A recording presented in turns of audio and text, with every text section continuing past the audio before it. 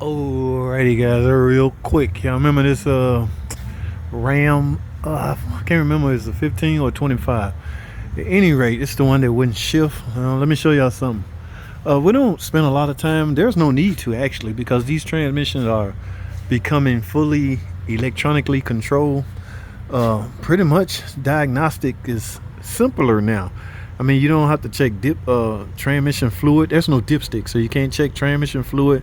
Basically, all you do now is plug a scan tool into the data link connector and read fault codes.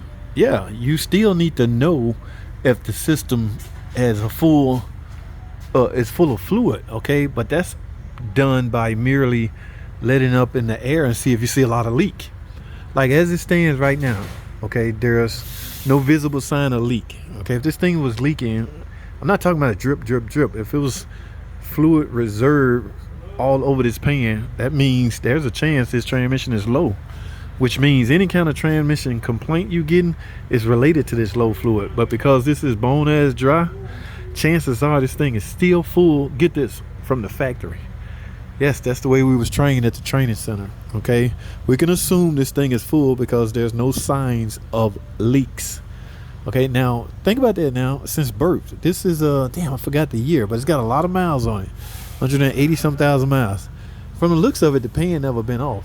Now I can't tell like I can on the 62 TE, because on the 62 TE I was going by the gasket or the RTV that's compressed. I can usually look at that and tell if it's a factory seal. On this, because there's a gasket inside of the lip of the pan, I can't tell if the pan's ever been off.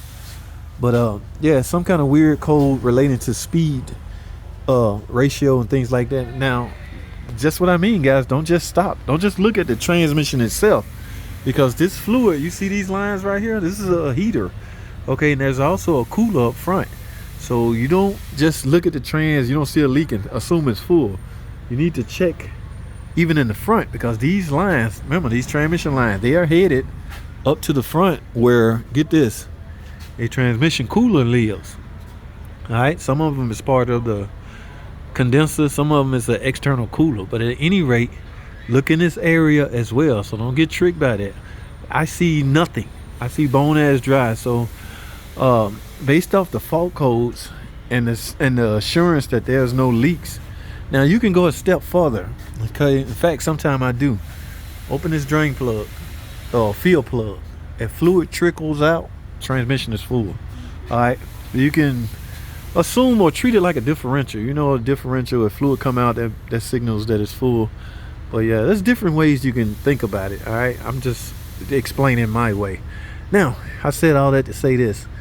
This transmission need replacing. But here's what I'm shocked about. Y'all notice, recognize this is a ZF8HP transmission. Like I say, this is a heater. So instead of buying a new Mopar version of this transmission, brand new, the extended warranty company decided to go a cheaper route. Let me show you. Ta-da! Yes, guys. That's it. Now, what are the risks? It's quite a few risks. Number one, this transmission has to have come out of a similar vehicle. Okay, you just can't look at an 8HP and say, yeah, this will fit. Yeah, they all are fit, but will they all work? Because this computer or this transmission is electronically controlled. That means when you hook everything up, the only electronics going to this is at the rear of the valve body right here. All right, that's where all your electronics going.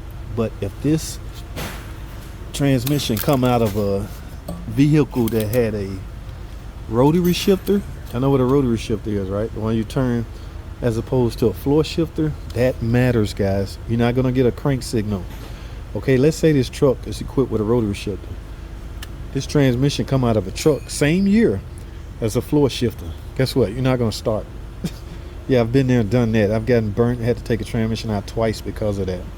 So now I check every last one. In fact, if I get a used transmission, I'm going so far as to ask for the VIN that this come out of. I need the VIN of the truck that come out of. You know what I do with that information?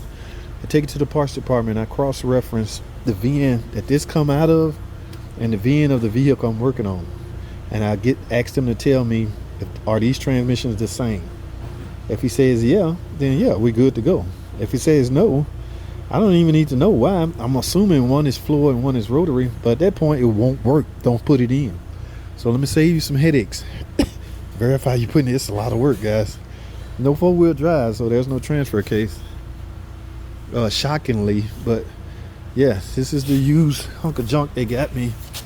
Yeah, all this stuff here is questionable. I can't believe, but we only obligated to put on what they give us. In fact, they paying the bill, so we shut up and put on.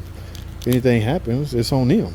All right, but now I don't see a pan and a filter.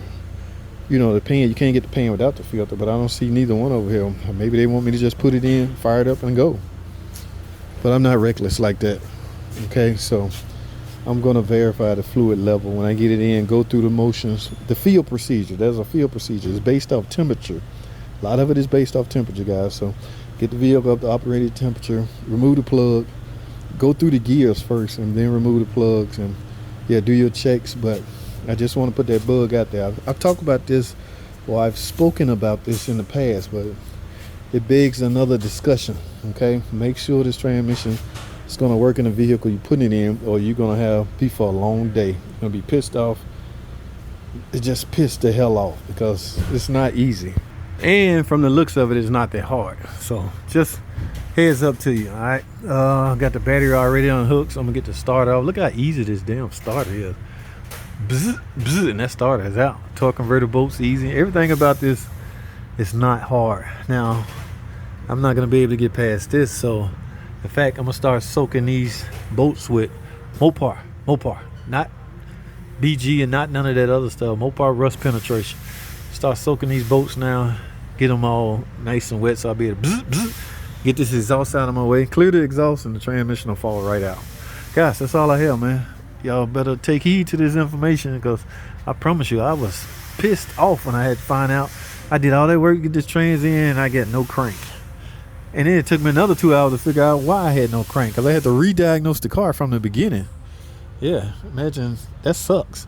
All right, so Mr. Used Transmission, please, all right, don't fail me, because I don't want to take you out twice. Guys, that's all I have. Thanks for watching.